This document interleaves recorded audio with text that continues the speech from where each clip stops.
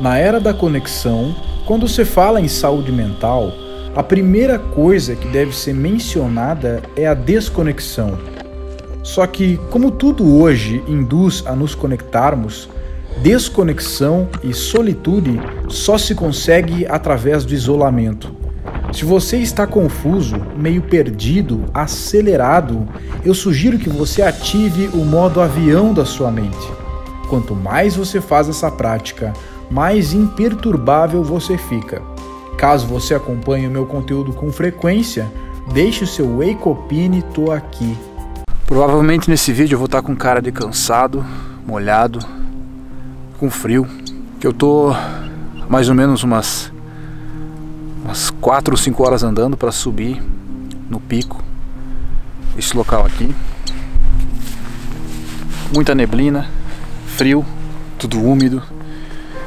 Eu me sentindo bem vulnerável aqui, mas ao mesmo tempo é a busca da ataraxia. Nada pode tirar a minha paz de espírito, nem o frio, essa neblina, nem a fome que eu estou sentindo, a falta de conforto e a distância que eu tô de um local seguro e principalmente a distância que eu tô da minha casa.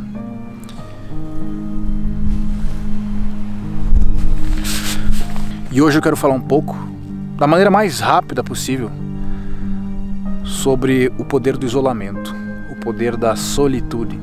E eu não quero que tu relacione o poder da solitude com fazer exatamente isso que eu estou fazendo agora. Exatamente isso que eu estou fazendo é um hobby, é uma coisa que eu gosto muito. Isso é ilustrativo.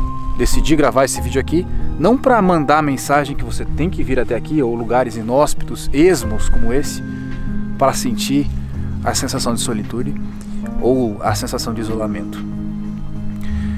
Eu quero dizer que o mundo de hoje é um mundo das conexões e é um mundo que faz com que tudo se conecte mais. E eu estou falando aqui de conexão de pessoas, de empresas, conexões digitais, internet. Você está conectado o tempo inteiro com as pessoas e com as coisas, né? Todas as coisas têm uma certa conexão. A internet das coisas está aí, né? É uma realidade muito próxima, se já não existe, né?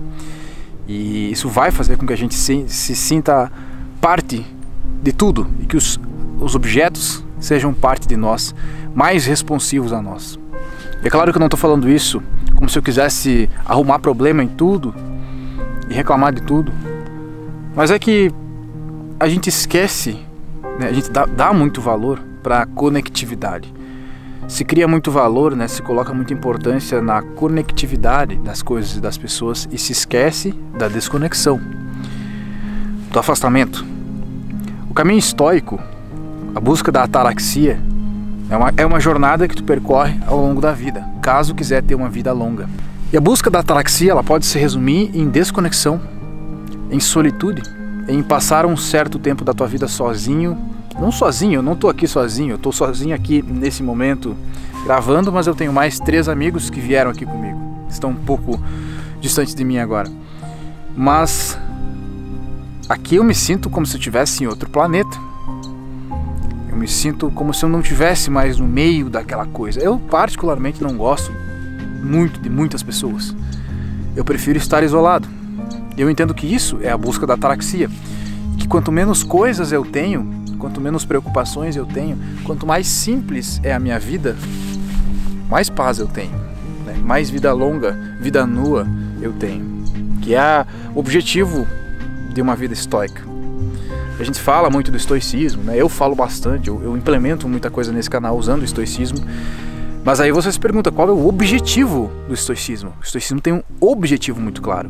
É a construção da vida nua, a construção da vida plena, a busca da ataraxia, que significa a imperturbabilidade da alma. E o que nos perturba hoje? São as preocupações, são várias coisas para fazer, são muitos mecanismos complexos. Se eu quero, vou pegar um exemplo muito simples, né, de pessoas de sucesso. Quero abrir uma empresa agora. Quantas preocupações eu vou ter?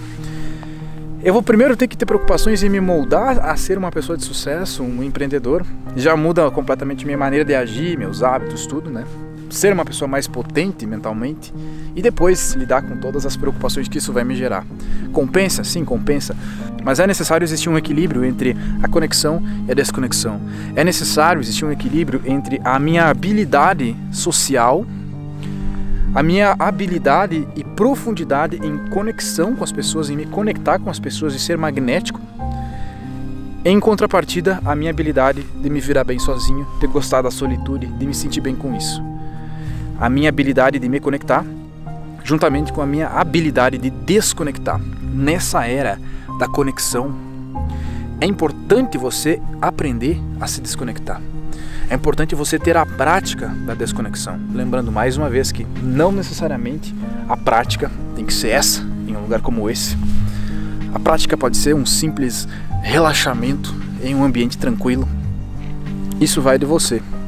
O que eu quero dizer é que o caminho que a gente segue nesse canal, nas coisas que eu tento ensinar aqui, ele é um equilíbrio entre, por exemplo, eu saber me conectar muito bem com as pessoas e eu também saber me desconectar comigo mesmo. É eu saber me virar muito bem no estresse, mas eu saber também me virar muito bem numa situação de tédio ou numa situação de paz, de calmaria, né? Sempre vai ter dois opostos e eu acho que nunca ninguém fala dessas três palavras, da solitude, que é você se sentir bem sozinho, do isolamento, que é tu se sentir bem isolado, é uma experiência de vida, e da desconexão, que é uma habilidade a ser aprendida. Eu vou ficando por aqui, que eu preciso guardar essa câmera porque ela já está molhando. O vídeo teve que ser bem breve. Espero que tu tenha gostado, entendido. Deixa a tua opinião aqui e deixa, por muita gentileza, um Eicopini. Eu tô aqui. Se gostou do vídeo, manifeste-se. Eu gosto de pessoas reais me seguindo. Eu gosto de interação real aqui acontecendo nesse canal. Então deixa um comentário com a tua opinião. Um grande abraço.